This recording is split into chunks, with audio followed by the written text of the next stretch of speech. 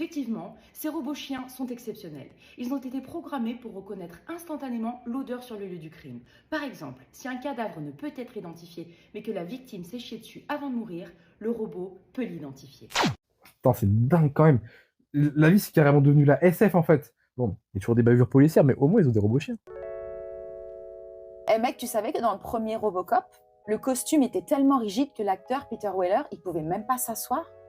Et il perdait plus de 2 kilos de sueur par jour à cause de la chaleur texane. Eh, toi, t'en aurais bien besoin. Tu vois, dans Retour vers le futur, quand Marty boit une bière à la bouteille, vers la fin du film, et bah en fait, sur le tournage, il y avait tellement une bonne ambiance que les accessoiristes, ils ont décidé de mettre du tabasco mélangé à de la bière dedans. Donc la réaction qu'il a quand il crache la bière, c'est sa vraie réaction. Dans la scène culte du bar dans Terminator 2, Schwarzy, il est juste en caleçon, rien de plus. Sauf qu'il y avait une meuf qui a vu les caméras, Schwarzy à poil, et qui s'est demandé ce qui se passait. Et il lui a répondu, c'est la soirée des stripteaseurs.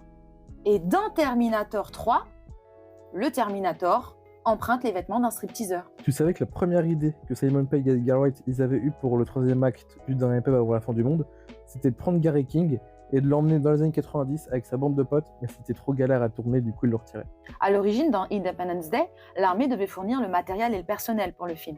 Mais dès que le mot Area 51 a été prononcé, ils se sont retirés du projet.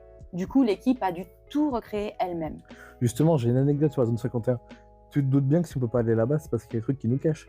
Ben, je sais ce qu'ils cachent, des zombies nazis.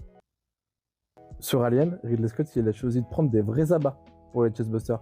Parce que les abats plus les spots, ça a fait une odeur vraiment pestilentielle.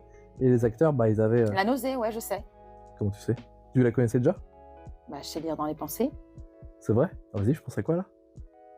Difficile à dire, tu penses à quoi? Je me suis chié dessus. Ça, c'est marrant de parler d'Alien parce que tu ressembles au xénomorphe en plus. Putain!